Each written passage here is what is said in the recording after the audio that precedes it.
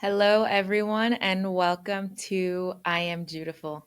This week, we have the pleasure of speaking with a dear friend of mine, Pnina. We met only like a few months ago, I think, right? I think Yes. this past year we met. I No? think at the beginning of the Jewish New Year. Yeah. A year ago? Because not this one. I think it's about the year. Pretty much. Okay. Yes. So we quickly became friends, and I find your story so interesting. So I thought that it would be cool to talk about and share with everyone. Thank you. So, you are originally from Libya, Yes. right? Yes. So, what was life like in Libya as a Jew before things turned? Historically, Jews lived in Libya for over 2,000 years. So there is a very, just Rich change. history. The colonization or the people, whatever changed, but the people per se didn't change. So it goes back that way. For a long time, it was a good way of life and easy, except after the 6th century, the 7th century, within the unfortunate, colonization or takeover from the Islamic world, things kind of started changing and it was much, much harder. Although growing up, we had Catholic, we had Copt, we have Muslim, Turks, Greek, whatever. We all got along very, very well. In school, we have different kids. One of my best friends was a Maltese. I had also a Muslim friend. So it was everything fine. Eventually, the family themselves, got along okay. Things kind of started turning sour in the mid 1940. There was a lot of pogrom. There was a lot of, think against the Jews. Some of them got slaughtered, killed, and whatever. Yeah. Very similar to what happened to October 7. Yeah. Very, very much like that. My grandparents had to leave. They left in 1951 and they moved to Israel. And this is before you left, no? Yeah, no, I left in 1967. Okay. They left in 51 after those 43, 45, 48 pogroms. Were they living in a different part of Libya? Is that why they No, left they were all before in you? Tripoli, Or? in Benghazi, and a few different areas. Okay. But still, there is the basic of Islam. The real one is you have to be very good to your neighbors. Your neighbor, you have to Right. treat him good. That's like very much basic to the Jewish Right. think. It's coming from the same place. Treat everybody like you want to be treated yourself. Yeah. So growing up, everything was fine. Although still there was little here and there. We were harassed sometimes because, we were young girls or whatever. So the girls wouldn't go out by themselves. Growing up, there was always that thought. Yeah. Although religiously, there was a lot of synagogues. There was mikveh. There is the old age home. There was a lot of basic community, support. So we did not have separation like Reform, Conservative, Orthodox, that whatever. time. Was Yeah. all either all of everybody's a Jew except you're more or less observant. That was it. So everybody was accepted. We all ate in each other's home because everybody kept kosher across the Yeah. board. Yeah. There was no any, I don't know. Maybe I do, maybe I don't. Yes, exactly, Yeah. exactly. So that is like there was a unity. It's a Yeah. unity within the community.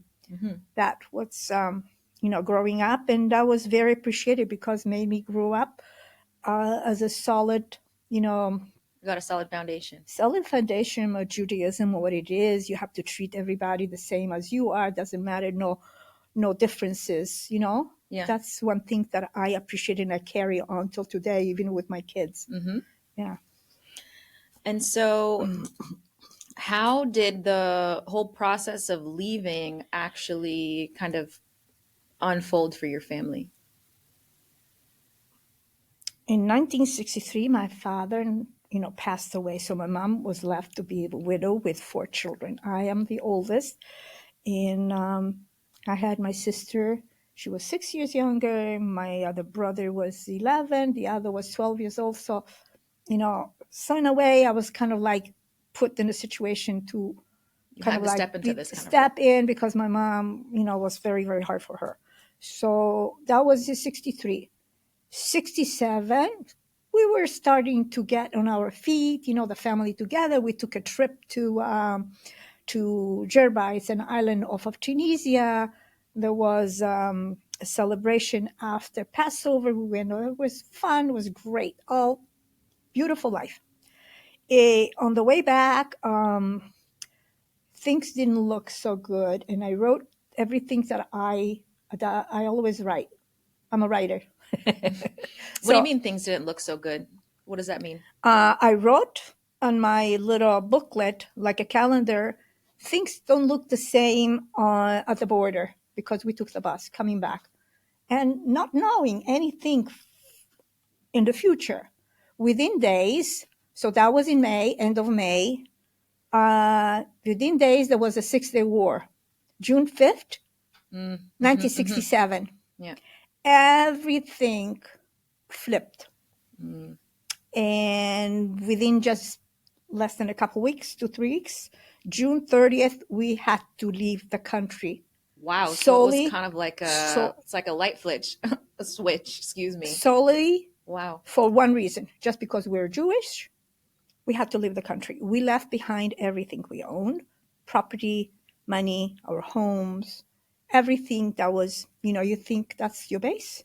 Yeah. And we were taken out of the country in the middle of the night. A lot of us, and I don't remember, this is from story of other people that were on the plane with us. There were Alitalia planes Mm. that took us out of the country.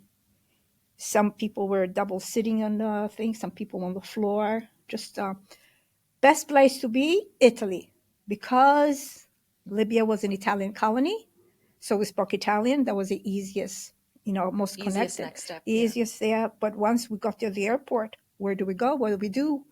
Right. You have Who do we nothing. have? Yeah. Thank God to many American Jewish and non-Jewish sources and Israel. They all knew that this was coming up, so they did welcome us, whatever. But before you know it, we were in a refugee camp. Yeah. The refugee camp lasted for a whole year. Mm-hmm.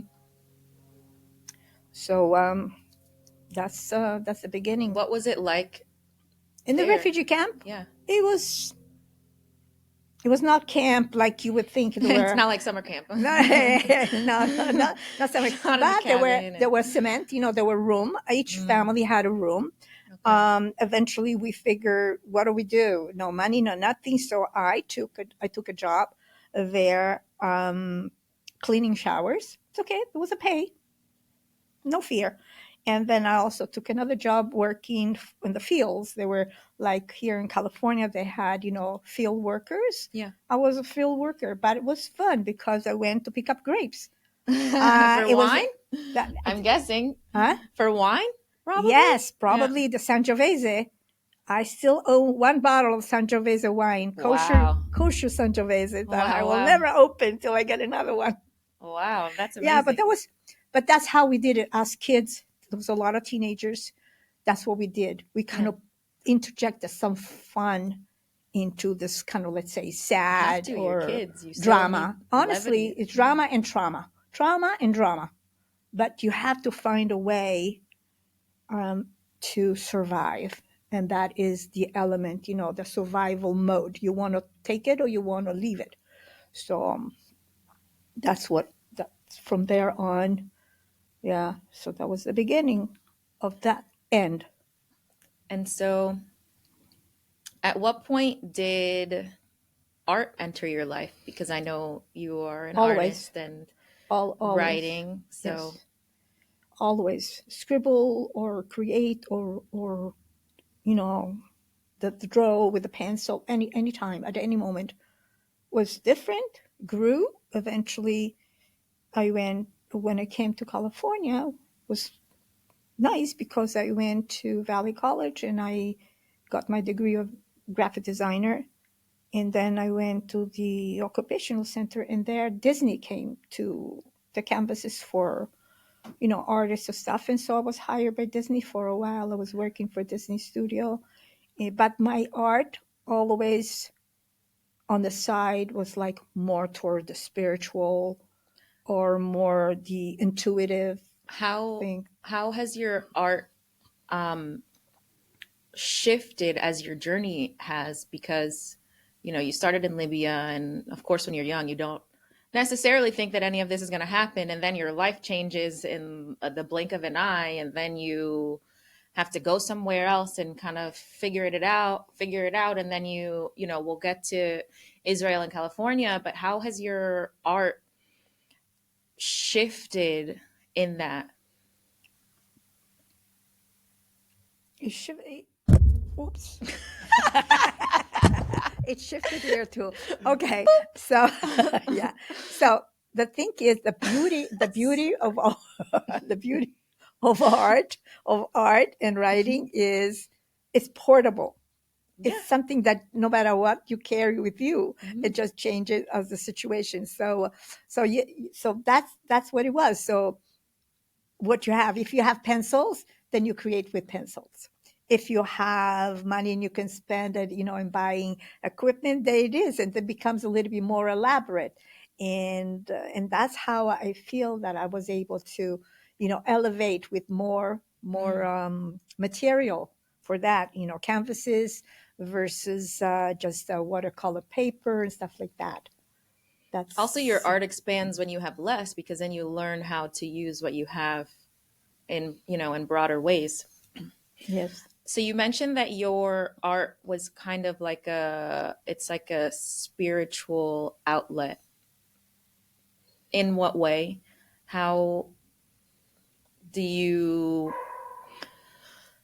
do you feel some sort of emotions that lead you to it? Do you find yourself wanting to create art after you've prayed, or is it just kind of always a connection that you have and you just feel it when it needs to be felt? Or I think there's always the connection has always been there. There is a drive, okay, but what it is like sometimes if I read a biblical story, let's say for example, I say that's a good idea, to create or something, okay. or sometimes not even just the idea, colors. I also am drawn to colors, Mm. so I can just say, okay, I'm going to use like white and turquoise and red, and I'm just going to pour those colors or put them together. And eventually, at a certain point, something pops out Hmm. that I didn't even think about. It's just like it comes out. Or I can also create, what do you call it? Like with lines and really thinking. Let's say if somebody will tell me, okay, can you create like something with the kid name or Hmm. something. So Yeah. yes, then that will be study. I will study the child name. I study the birth date and stuff, and then I'll put it all together. So that's more of It's like an a energetic thing that you're feeling. yes. It's energetic, and it's more like built up. Mm. Like I'm thinking in my mind like more of a square thing 'cause it's not a flow thing, Yeah. but still at the end there is that you know the tying of the colors. That's the Oh, loose okay. part. So Uh-huh. now everything will be created with lines and squares and circle or whatever it is, or letters and numbers. But then at the end, the color comes in, and that's where the free flow comes Huh. into the creation. Nice. And do you, because I know, I forget what it's called, but I know like some people like hear colors and they like see sounds. I can't remember what it's Yeah. called, but do you, do you feel the colors that you're painting, or? I don't think so, but maybe I'm not even aware of Not a it. subconscious kind of. Subconscious. That's a Yeah. possibility. I mean, we subconsciously, all of us, we have messages or feeling or guides or something. It's just like I'm not personally I'm not aware. I'll try to listen. A little bit more. Yes, if it's meant to be, it'll be. Yeah. Yes, Yeah. yes. So, what was life like when you made it to Israel after Italy? How long were you in Italy, by the way? Italy, almost 4 years. Okay. So 1 year was at the refugee camp, and then we exit from there. We settled in Latina, which is one of the 7 hills around Rome, and that's why they were growing grapes. So Hmm. we settled in Latina for a year, and then we moved to Rome. And we figure, okay, that's a way to go, and we were doing okay. The kids were going already to school and stuff like that. Um, Eventually, I personally decided, I said, that's it, Mom. I want to move to Israel. I want to go to Israel. I saw, I don't want to continue a life of like question mark among, situation with, I don't know what to say. I mean, there was no anti-Semitism like there is today, but still you can see certain things. And I really honestly didn't know what to experience that anymore. Yeah. So I said, I want to make Aliyah. Aliyah, is to go emigrate to Israel. So we did. We did.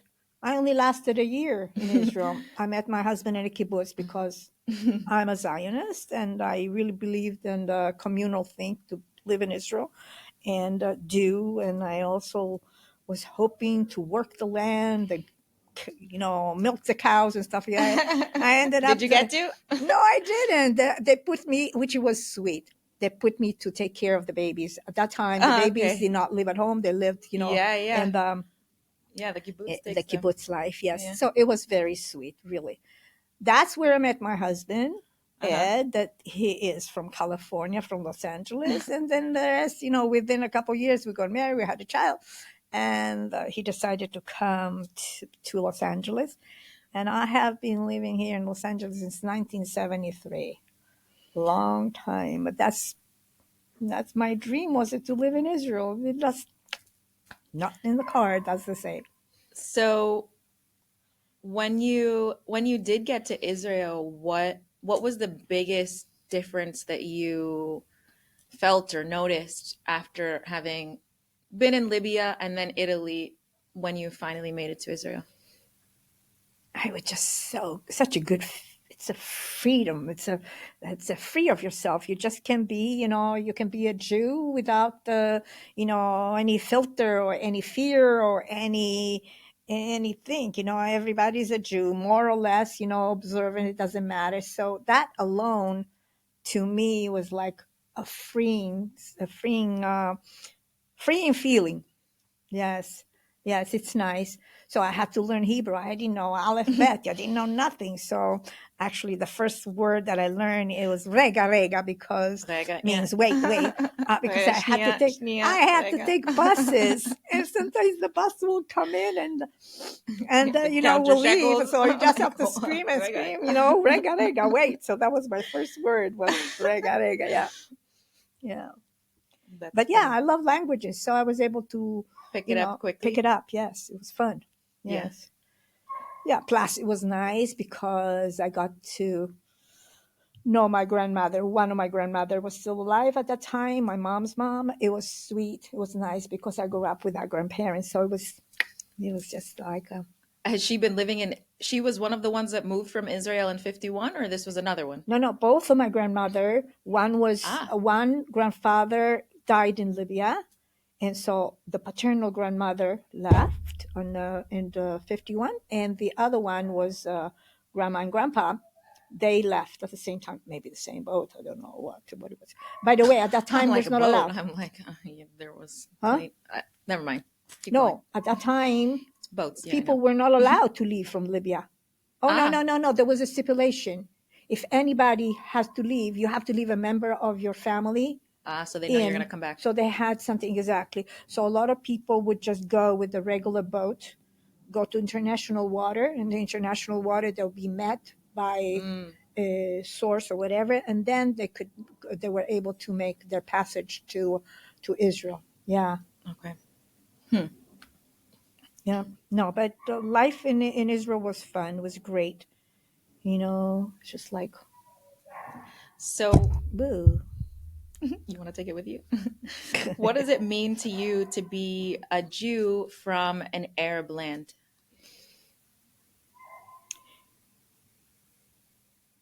In a way, it's powerful because I could tell the story Mhm. of what we went through. I can tell the differences. I know the truth about the subject Differences in. in the culture. The culture, there's a difference. Okay. Within Judaism, you are, accepting, you are united, and you do not, as a rule, we do not, what's the word, proselytize. We don't convert. You just have to come on your own, if you want to. And with Islam, you are forced Mm. into, that, and you harass and stuff like that. But But what power do you feel, or what does it make you feel that you are a Jew who has come from at least what we understand now as this place that is not for the Jews, you know?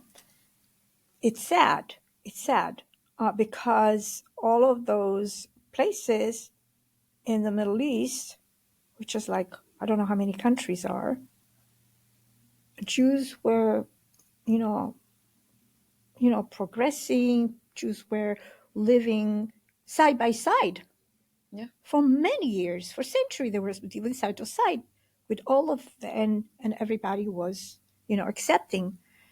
And I don't know how to explain. I guess we never lost it. That's where the strength is. We always follow like what's written in the Torah. That was our source. We never lost it. We kept it, and that was our strength. And maybe that's my strength too, because it's like It the kept you rules. going through. The rules. You follow those rules no matter where you are. You're always a strong person. You always stand on your feet as a Jew. You Hmm. not. There are rules, and I don't know. It's like the recipe. Let's say a recipe. Let's say you make something to eat. If you goof, you just put less sugar or less salt. It messes up. But if you follow it, and you really, also it's just like your belief. So Yeah. I always had that belief. My family before them, and we all went by the book, as they say, by the book, right? Is that what Yeah. it comes from? By the book. Yes.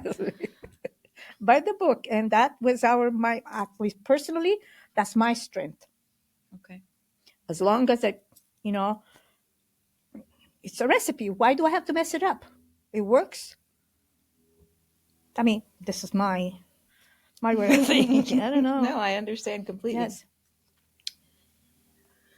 So, do you feel that the story of the Mizrahi Jews, especially from Libya, is understood enough in the broader Jewish world? Not 100%. No, it's not. We constantly, as a group, the Mizrahi and the Sephardim. So the Sephardim are the majority of the people who came from Spain. The Mizrahi is the Mhm. one that came more from the Levant, more from the Mesopotamian. So that's there is like starting from Egypt. The majority is we're not understood. We're looking to maybe primitives, maybe Mm. backwards.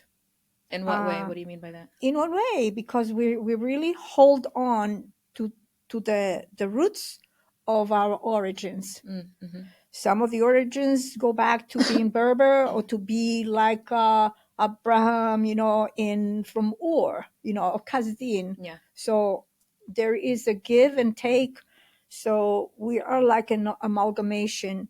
So the thing that we're not understood is, number one is the history that is not known. So we have to constantly go out there and explain where we come from, what we had to do, where, and it's geography. People don't know today in general. In general, it's the ignorance that I keep on stressing I is don't know where people. Libya is. I have no idea. Okay, this is North Africa, let's say. Okay. Okay, so there is okay, depends from where. From the east is Egypt, Egypt. Libya, Tunisia, Ah. Algeria, Morocco. So that's your North Africa. We are right in the middle. Oh, interesting. It's a beautiful kind of a triangle away. That's Okay. where the Sahara Desert, Yeah, yeah. yeah, and so that's more a lot Oh, of you're so those. you're close. Yes, I'm just at a hopscotch from here to Malta, Malta to Italy. Yeah. Wow. I had nine. Okay. Yes, and it was great, great land. That's because the Roman. See, we had been. I mean, I know this is a derailing from the question, but historically, it was conquered by the Greek, by the Roman, by the Ottomans, by the Italian, the British, the English, the French. Okay, North Africa was called the granary of Rome by the Romans. Okay. They came and conquered because it was growing. There was citrus and grain. So they were able to get enough grain to feed all of the Europe and their countries that they took over. Uh-huh. So yes, so that's Libya. Going back, not being understood, which is very very important. I stress that everybody should learn history and geography, and know where we come from and what we went through. How the word, let's say, Sephardim, is the Jews that came from Spain, that through the Inquisition of Spain and Portugal, they were kicked out. Mm-hmm. But before they were kicked out in 1492, they tried to convert them. If you don't convert, you get tortured Mm-hmm. and you get killed. But many of them run away and they went into whatever closest other country is.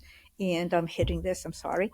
Are you sorry? And yes, so a lot of them they're of Spanish or Portuguese descent, and so there is another historical thing.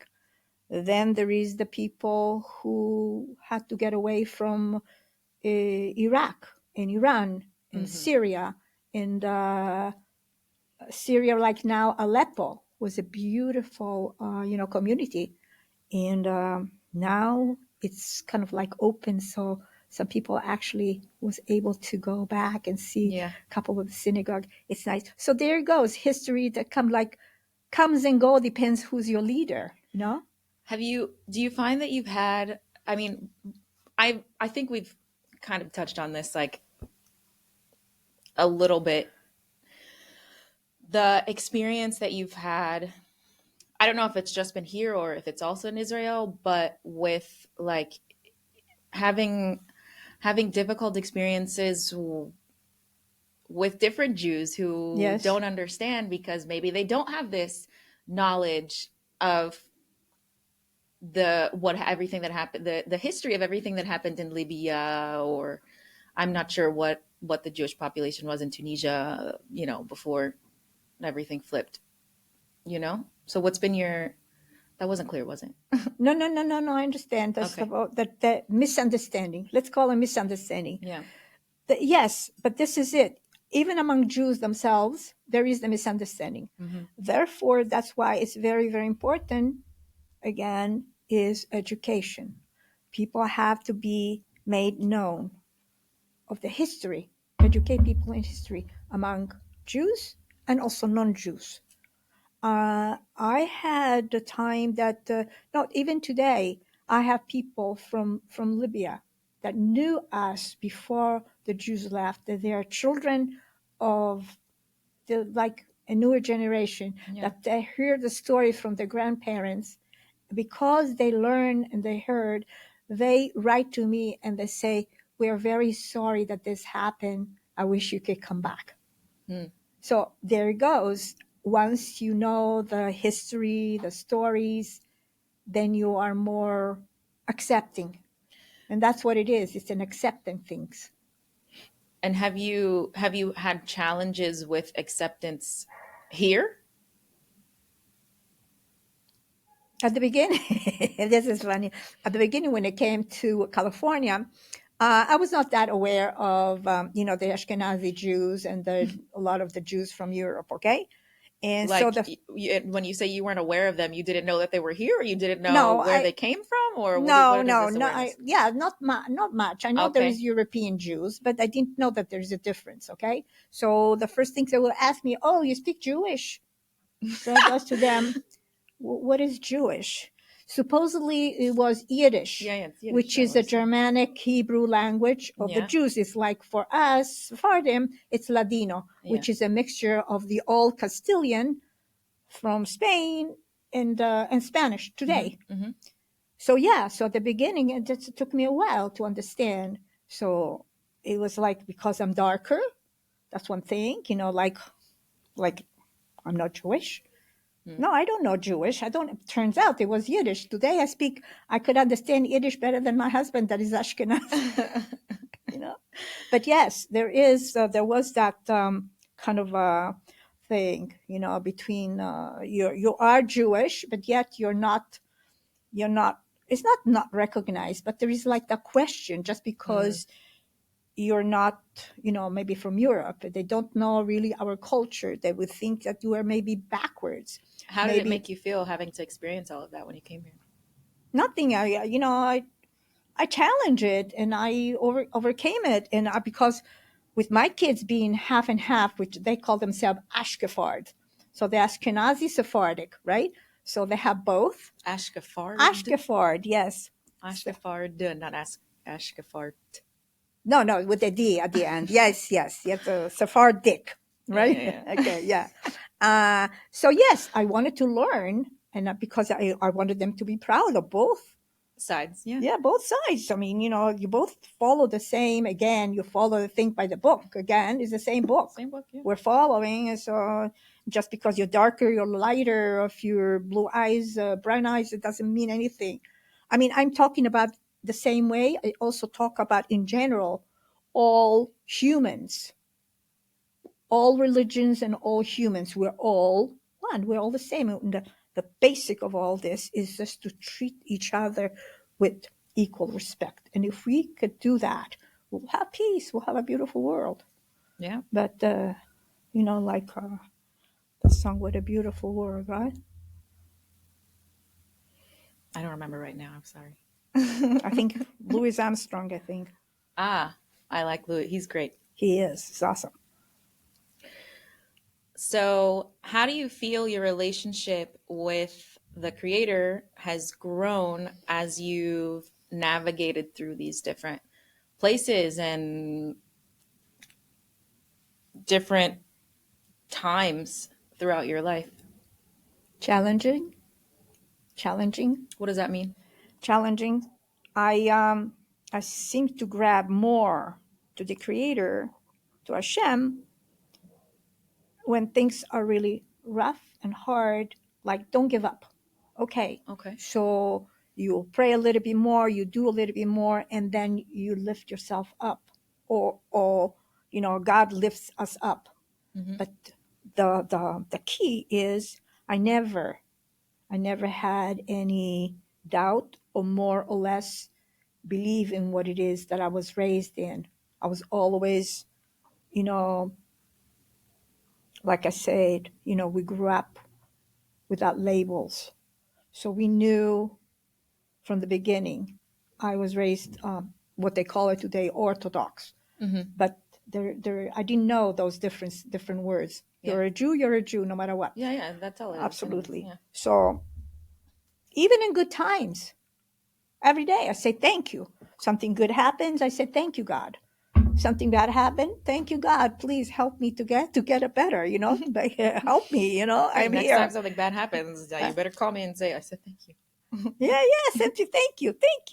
Thank you, because also they say when something bad happened, actually is to wake us up Of and to see course. exactly where we are, what we're doing, and how better we can, serve God, serve ourselves, serve The world. humanity. Yeah. That's Yeah. how it's a strength. Hmm. And if you're a believer, it doesn't matter what's your religion.